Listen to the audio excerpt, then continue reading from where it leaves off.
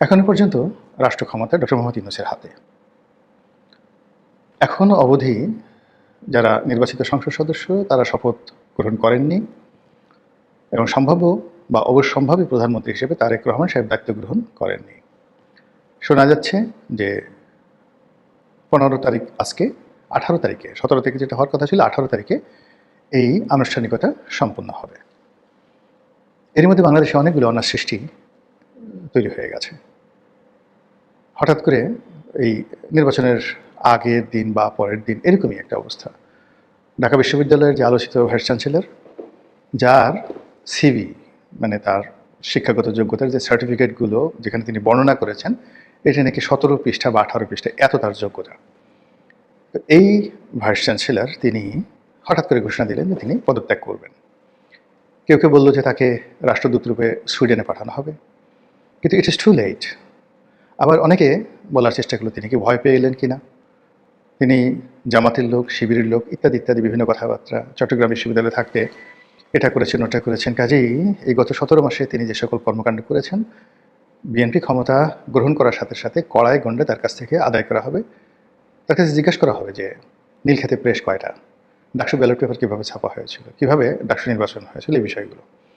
তো তিনি যখন ক্ষমতায় এলেন, I am the first man, প্রথম আমি বললাম যে এই ঢাকা বিশ্ববিদ্যালয়ের ইতিহাসে যত ভাইস চ্যান্সেলর এসেছে সবচেয়ে বেমানান ভাইস চ্যান্সেলর হলেন এই ভদ্রলোক। ঢাকা বিশ্ববিদ্যালয়ে আসলে এনাকে মানায় না। চট্টগ্রাম বিশ্ববিদ্যালয়ে পড়াশোনা করে ঢাকা বিশ্ববিদ্যালয়ের ভাইস চ্যান্সেলর হয়েছেন। As a whole makeup got up সব কিছু মিলিয়ে আমার আসলে ব্যক্তিগতভাবে পছন্দই হয়নি। তিনি ভালো মানুষ, জামাতের অনেক লোকই ভালো, তো সেটা তার প্রতি একটা শুভাশিস আমার সবসময় ছিল, কিন্তু not as a vice chancellor. তো তিনি হওয়ার পর ওভার অ্যাক্টিং করা শুরু করলেন, তারপরে নামাজির ইমামতি করা শুরু করলেন, ছাত্রছাত্রীদের তুই তুকারি বলে বলা শুরু করলেন এবং বললেন যে আমি সবার সাথে এইভাবেই কথা বলি। তো এটা তার ব্যক্তিগত বিষয়।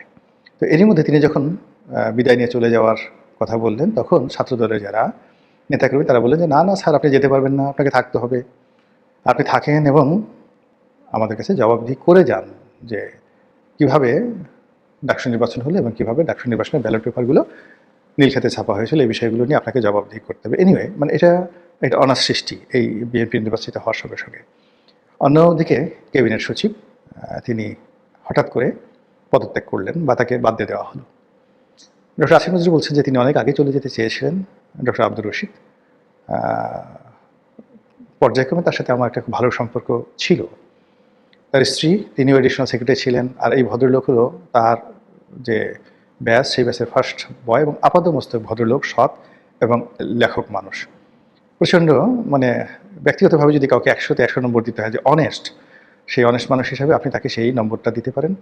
তার যখন সময় ছিল না, মানে তার যখন হাতে অনেক সময় ছিল, চাকরি ছিল না, তিনি মাঝে মধ্যে আমার অফিসে আসতেন।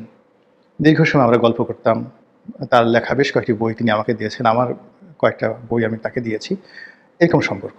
তো হঠাৎ করে তিনি যখন একেবারে প্রথমে শিক্ষা সচিব হলেন, তারপর ক্যাবিনেট সচিব হলেন, আমার কাছে মনে হলো যে জিনিসটা ভালো হলো না। তা আমি কী যেন একটা কথা বলেছিলাম একটা জায়গাতে, এটা হালকা করে, যে এটা তার ঠিক হয়নি, এটার জন্য তাকে সারা জীবন পস্তাতে হবে। তখন তার স্ত্রী আবার আমাকে টেলিফোন করেছিলেন অথবা মানে একটা মেসেজ দিয়েছিলেন। তখন আমি তাকে বললাম যে ভাই, আমি আপনাদের পরিবারের আপনজন মানুষ, আমার কাছে যেটা ভালো মনে হয়েছে আমি সেই কথাই বলেছি। এনিওয়ে, ওনার সঙ্গে আমার যে সম্পর্ক, তাতে গত 17 মাস উনি ক্যাবিনেট সচিব, তার সঙ্গে আমার 2-1 বার কথা হতে পারতো, কিন্তু কখনই মানে আমার যে অভ্যাস, অনেক বড় বড় মানুষের সাথে আমার খুব ভালো সম্পর্ক, কিন্তু আমি যেই মুহূর্তে সে ক্ষমতাধর হয়ে যায় আমি তার থেকে 133 মাইল দূরে থাকি। একইভাবে আসিফ নজরুল সাহেবের সঙ্গে ভালো সম্পর্ক, আমার ডিপার্টমেন্টের স্যার, বড় ভাই, বন্ধুর মতো সম্পর্ক, কিন্তু এই গত 17 মাসে তার সঙ্গে আমার কখনো কথা হয়নি। মনির হায়দার ছোট ভাই আছেন এখানে, সাংবাদিক, গোলাম মুর্তজা আছেন, আকবর আছেন, এদের সবার সঙ্গে সম্পর্ক ভালো, যারা ওনার প্রেস অ্যান্ড মিডিয়া। এমনকি এই যে শফিক, যিনি প্রেস সচিব ছিলেন, তার সঙ্গে একটা টকশোতে আমি ছিলাম, আমাদের একবারই দেখা সাক্ষাৎ হয়েছে বা 2-3 বার টেলিফোনে কথা হয়েছে। আমার সঙ্গে ভালো সম্পর্ক ছিল, খুবই ভালো সম্পর্ক ছিল, এবং অবস্থা দৃশ্যে মনে হতো যে খুব বেশি যোগাযোগ ছিল না আমাদের মধ্যে, কিন্তু সম্পর্কটা ভালো ছিল এই কারণে যে আইডিওলজিক্যালি তিনি আমাকে পছন্দ করতেন, আর তিনি যে প্রতিষ্ঠানে চাকরি করতেন ওই প্রতিষ্ঠানে এর আগে ভালো পদে আমার ভগ্নিপতি ছিলেন। তো সেই সুবাদে তার সাথে ভালো সম্পর্ক ছিল, কিন্তু শফিক সাহেবকে আমি কোনোদিন টেলিফোন করিনি। ডক্টর ইউনূসের ক্ষেত্রেও সেই একই কথা প্রযোজ্য। অন্যান্য যারা আছেন, রেজওয়ানা হাসান আছেন, আমাদের ডিপার্টমেন্টেরই বোন, সতীর্থ, কিন্তু ক্ষমতায় যাওয়ার পর আমার কাছে শরম করে এদের কারোর সাথে। আবার এখন বিএনপিতে যারা ধরেন মন্ত্রী হবেন, এমপি হয়েছেন, প্রধানমন্ত্রী হবেন তারেক রহমান সাহেব, তাদের সবার সাথে দীর্ঘদিন একটা ওরকম সম্পর্ক, খুবই ভালো সম্পর্ক। কিন্তু নিশ্চিত তারাও থাকতে পারেন, আমিও থাকতে পারেন, তাদের ছায়া যেখানে আছে সেখানে গোলাম মোল্লা রনি কখনোই ইনশাল্লাহ যাবে না। তো এরকম একটা অবস্থা। তো রশিদ ভাই, আব্দুর রশিদ ভাই, তিনি এই সরকার ক্ষমতা গ্রহণের আগে অলনে ছাড়েন, তাকে বাদ দিয়ে দেওয়া হয়েছে বা তিনি চলে গেছেন। কিন্তু এই জিনিসটা নিয়ে নানা রকম কথাবার্তা ছড়িয়ে পড়েছে। এমনি আমাদের যে civil service, military service, police service গত 17 মাসে তাদের উপর অনেক ট্রমা গেছে। আর সেই ট্রমার সঙ্গে গত 17 মাসে আবার যারা সরকারের খুব কাছাকাছি ছিলেন তাদের উপর যদি আবার দ্বিতীয় ট্রমা শুরু হয়ে যায়, এবং আব্দুর রশিদ সাহেবদের মতো এরকম লোক যাদেরকে জামাত ট্যাগ দিয়ে যদি প্রশাসন থেকে তাদেরকে চলে যেতে বাধ্য করা হয়, তারপর এই যে পুলিশের আইজিকে নিয়ে কথা হচ্ছে, ঢাকা মেট্রোপলিটন পুলিশ কমিশনার থেকে শুরু করে অন্য যে সকল পুলিশ কর্তাদেরকে প্রেষণে এনে বা অবসর থেকে এনে তাদেরকে নিয়োগ দেওয়া হয়েছে, তাদেরকে দ্রুত তাদের পদ থেকে সরানোর জন্য নানা রকম দাবি উঠেছে। ইতিমধ্যে আমি নিজে একটা স্ট্যাটাস দিয়েছিলাম কয়েকদিন আগে, সেটা মিস্টার সাজ্জাদ, যিনি এখন ঢাকা মেট্রোপলিটন কমিশনার আছেন। তো এই ভদ্রলোক বয়স্ক মানুষ, অবসরে ছিলেন, সেখান থেকে তাকে আনা হয়েছে। তো যমুনার সামনে যখন নির্বাচনের আগে আগে সেই এনসিপির না ইনকলাব মঞ্চের, হাদির ইনকলাব মঞ্চের একটা অনুষ্ঠান চলছিল বা অবরোধ চলছিল, সেটা তিনি যেভাবে শক্ত হাতে দমন করেছিলেন, সেটা যদি তিনি সেদিন না করতেন তাহলে নির্বাচনের মাঠে আমরা যে শান্তিপূর্ণ পরিবেশ দেখেছি সেটা নাও ঘটতে পারতো। এখন বিএনপি ক্ষমতা এসে যদি সাজ্জাদ সাহেবকে মনে করেন যে না তিনি জামাতের লোক, তাকেও বাদ দিতে হবে বা ইত্যাদি ইত্যাদি ঘটনা, এটা খুবই একটা দুঃখজনক ঘটনা ঘটবে আমাদের সার্ভিসে। এনিওয়ে, এরকম নানা রকম কথাবার্তা হচ্ছে। কেউ রাষ্ট্রপতিকে নিয়ে কথাবার্তা বলার চেষ্টা করছেন যে সাবধান চুপু কী করবেন, তিনি কি পদত্যাগ করবেন নাকি সরকার তাকে রেখে দিবে, বা সরকার যদি তাকে রেখে দিতে চায় তিনি কি থাকবেন, ইত্যাদি নানা রকম প্রশ্ন। আর সবচেয়ে বেশি প্রশ্ন হচ্ছে ডক্টর মোহাম্মদ ইউনূসকে নিয়ে। এই কয়েক মাসে যারা ইউনূস সাহেবের একান্ত ঘনিষ্ঠজন ছিলেন তারাও অলনে ছাড়েন, চোখ উঠিয়ে ফেলছে।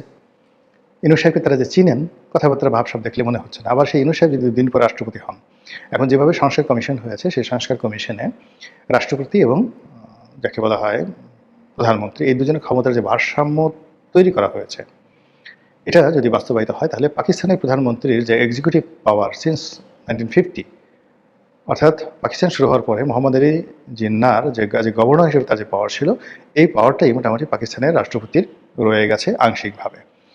এবং প্রেসিডেন্ট ইয়াহিয়া খান, প্রেসিডেন্ট আইয়ুব খান, তাদের যে ক্ষমতা ছিল প্রেসিডেন্সিয়াল ফর্ম অফ গভর্নমেন্টের দিক থেকে, যেমন জেনারেল পারভেজ মোশাররফ, জেনারেল জিয়াউল হক, ঠিক সেই ক্ষমতার একটা বিরাট অংশ এখনও পাকিস্তানের রাষ্ট্রপতির রয়েছে। তো ওইরকম একটা আদল দিয়ে বা ওর সাথে আরও খারাপ অবস্থার দিকে ঠেলে দিয়ে তাকে পত্রপাঠ জেলে যেতে হবে, পত্রপাঠ ক্ষমতা হারাতে হবে। তো এই জায়গাটাতে তিনি কতটা স্যাক্রিফাইস করবেন, কতটা উদারতা দেখাবেন বা কতটা কমিটমেন্ট তিনি রক্ষা করবেন, সেটা তার ব্যক্তিগত বিষয়। কিন্তু তার সঙ্গে যখন ডক্টর মোহাম্মদ ইউনূসের লন্ডনে বৈঠক হয়েছিল, তখন এই কথা সর্বমহলে ছড়িয়ে পড়েছিল যে সম্ভবত ডক্টর মোহাম্মদ ইউনূসের সঙ্গে তার একটা চুক্তি হয়েছে, তিনি তাকে রাষ্ট্রপতি হিসেবে বসাবেন।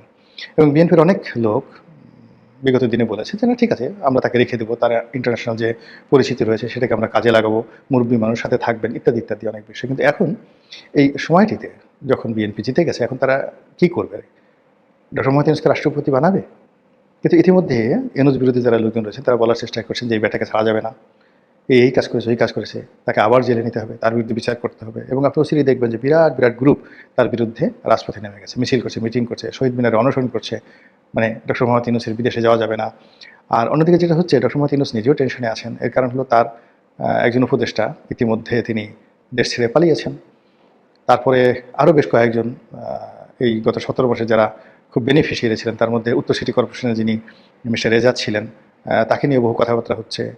তারপরে তারা আমাদের বেশ কয়েকজন উপদেষ্টা, বিশেষ সহকারী, তাদের আর্থিক দুর্নীতি এবং তাদের ডুয়েল গেম, তারা সেনাপ্রধানের সাথে যোগাযোগ রেখেছে, তারেক রহমান সাহেবের সাথে যোগাযোগ রেখেছে, ইউনূস সাহেবকে বিভ্রান্ত করেছে, এমনকি শেখ হাসিনার সাথেও যোগাযোগ রেখেছে। এরকম বেশ কয়েকজন উপদেষ্টা সম্পর্কে নানা রকম তথ্য রয়েছে। এবং এই উপদেষ্টাগুলো এখন আবার আওয়ামী লীগ বাদ দিয়ে বিএনপির সঙ্গে বা বিএনপি ক্যাবিনেটে ঢোকার জন্য তারা নানা রকম চেষ্টা তদবির করে যাচ্ছে, এবং এটা অনেকজনের নাম ডাইরেক্ট চলে আসছে।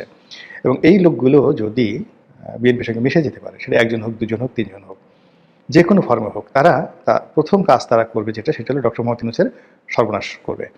তারা বিএনপিকে খেপিয়ে তুলবে ইউনূস সাহেবের বিরুদ্ধে, এবং তাদের যে এক্সিকিউটিভ পাওয়ার থাকবে একটি নির্বাচিত সরকারের ক্যাবিনেট মেম্বার হিসেবে, সেটা দিয়ে ডক্টর মোহাম্মদ ইউনূসের যে ব্যবসা বাণিজ্য, তার গ্রামীণ ব্যাংক থেকে শুরু করে যা কিছু আছে প্রত্যেকটা জিনিসের উপরে তারা যে এমবার্গো তৈরি করবে, এটা এই বিরুদ্ধবাসী ডক্টর মোহাম্মদ ইউনূস কিংবা তার একমাত্র কন্যা যিনি বাংলাদেশে আছেন, তার আরেকটি কন্যা আছে তিনি আমেরিকাতে থাকেন, তিনি তো আসলে বাংলাদেশের বিষয় নিয়ে কখনো আগ্রহ দেখাননি, গত 17 বছর আসছেন কিনা আমার জানা নেই। কিন্তু তার যে কন্যা আছেন তিনি একেবারে সাধারণ অর্ডিনারি। এই সমস্ত ব্যাপারে বাবার যে নেম ফেম বা বাবার যে এত টাকা পয়সা, বাবার যে এত কিছু, এগুলো নিয়ে তার কন্যার তো মাথা ব্যথা নেই, সে তার মতো জীবনযাপন করছে। তো যখনই এই যে ইউনূস সাহেবের এই রাজনৈতিক প্রতিপক্ষ এই সময়টিতে তারা যখন ইউনূস সাহেবের বিরুদ্ধে নামবেন, তখন ডক্টর মোহাম্মদ ইউনূস তো বটেই, তার সঙ্গে সঙ্গে তার প্রিয়জন যারা যারা আছেন, যেমন স্বাস্থ্য উপদেষ্টা ছিলেন সেই গ্রামীণ ব্যাংকের যে ভদ্রমহিলা, ডক্টর ইউনূসের সাথে তার দীর্ঘদিনের ভালো সম্পর্ক, তারপরে লামিয়া মোর্শেদ আছেন, তারপরে তার কন্যা আছেন, যারা খুব আপনজন। অন্যদিকে মিডিয়াতে বেশ কিছু লোকজন ডক্টর মোহাম্মদ ইউনূসের আপনজন হিসেবে বিভিন্ন দূতাবাসে প্রেস মিনিস্টার রূপে তারা নিয়োগ লাভ করেছেন। এদের সবার জীবন কিন্তু এই সেই লোকগুলো হারাম করে দেবে যারা এই ডক্টর মোহাম্মদ ইউনূসের এই সময়টাতে মধু মেওয়া লুণ্ঠন করেছে, দুর্নীতির সাথে জড়িত হয়েছে এবং 2 হাতে টাকা কামিয়েছে। এই লোকগুলো এই টাকাগুলো ডক্টর মোহাম্মদ ইউনূসের বিরুদ্ধে ব্যবহার করে নিজেদের পেট বাঁচানোর জন্য। ঠিক সেই একটা সমীকরণে ডক্টর মোহাম্মদ ইউনূস কি দেশে থাকবেন নাকি দেশের বাইরে চলে যাবেন? তাকে কি দেশে থাকতে দেওয়া হবে না দেশের বাইরে চলে যেতে দেওয়া হবে? তিনি কি তার পূর্বসূরি মঈনুদ্দিন ফখরুদ্দিনের মতো নিরাপদে বিদেশিকে থাকতে পারবে, নাকি বাংলাদেশে অন্যান্য যে সকল ক্ষমতাচ্যুত লোকজন রয়েছেন তাদের যে দুর্ভোগ দুর্দশা সেগুলো তাকে তাড়া করবে? সময় বলে দেবে।